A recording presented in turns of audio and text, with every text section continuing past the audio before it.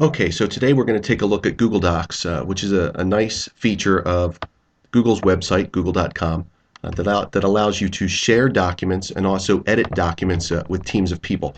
And I've had students use this in the past in lieu of having flash drives or emails being passed around. Students know that they can have the forms that they need out here on google.com and can share them if they share the link with their colleagues.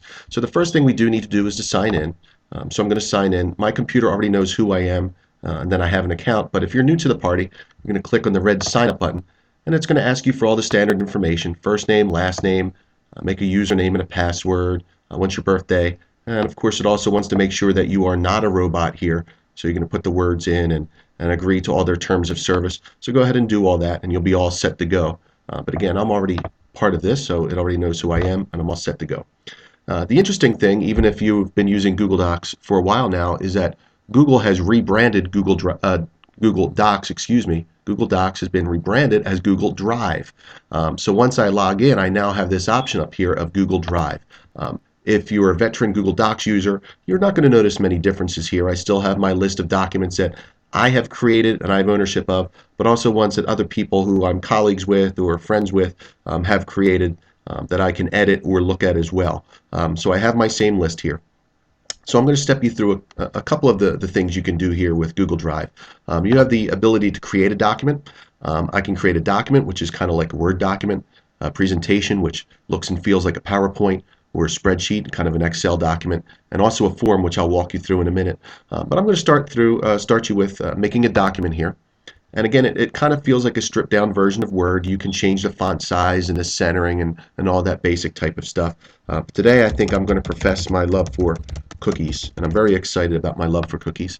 And I, of course, can change the font size to profess that love and make it a nice red color so we're all set to go. And if I want to name this document, right now it's untitled, I can go ahead and call it cookies. So it's all set to go. So I have a nice title on it. But it's pretty intuitive what you do with it. But what's interesting and new here is that right now I have the ability to share this document.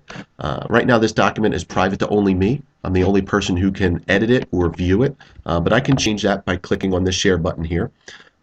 This document right now is private. I can change that.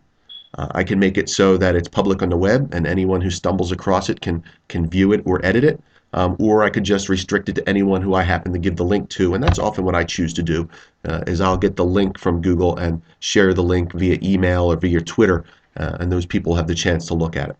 And right now those people with the link, they can view the document, but I could also make it so if they want to edit and also profess their love of cookies, they could do that as well. So I can save that, and the link that I'm going to send people is this obnoxious string of characters up here, but it gives me the option of tweeting that out or putting it on Facebook or using it on Google or on Gmail.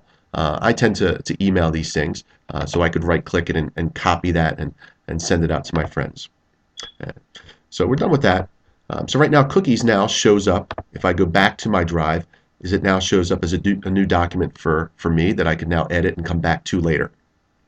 I can do the same thing with a PowerPoint or with an Excel document. What I do like about Google Docs is the forms. Forms give you the ability of asking for information and having people respond to the questions you ask them. So let's go ahead and make a form here. So again, I'm on my cookie kick today, so we'll make this a cookie quiz. And my first question is, what is the best cookie? And I have choices here. I could have people type in answers. I can make it multiple choice or check boxes. Check boxes are nice. Maybe people like macaroons. Maybe they like the chocolate chip cookies. Or perhaps they like Vienna fingers. Oh, I do like Vienna fingers. And people could check off the ones they like. And when I'm done, I can see that's what it's going to look like. And I could embed this into a website or a blog. I can email the form out. I can share it on Google+. And I also have the ability to see responses as people put them in. So this is a nice way to have people respond to information and contribute information. Let me show you how this works on one I've done before. The AP Statistics Scavenger Hunt is a form I did a couple years ago with the class. I knew I was going to be out for the day, and I wanted the students to have something to do, so I created a form where students had to go through some review questions with some data that I had cooked up. And this is what the form looks like after students contribute the data. Let me show you what it looked like from the student end. This is what the form looked like. It was a battery of statistics related questions. Some were short and snappy. Some required check boxes or short answer, but it was a way to have students start to dwell upon all the things that they had learned in the class. And the way I get the information back now is in this Excel-looking document where it starts to give me all of the student answers, gives me a timestamp so I can see when the students turned it all in. So I have all the responses. So Google Forms, a really nice way to have people contribute data to you. So I'll leave you with that. If you have any questions about Google Docs or Google Drive, please feel free to contact me.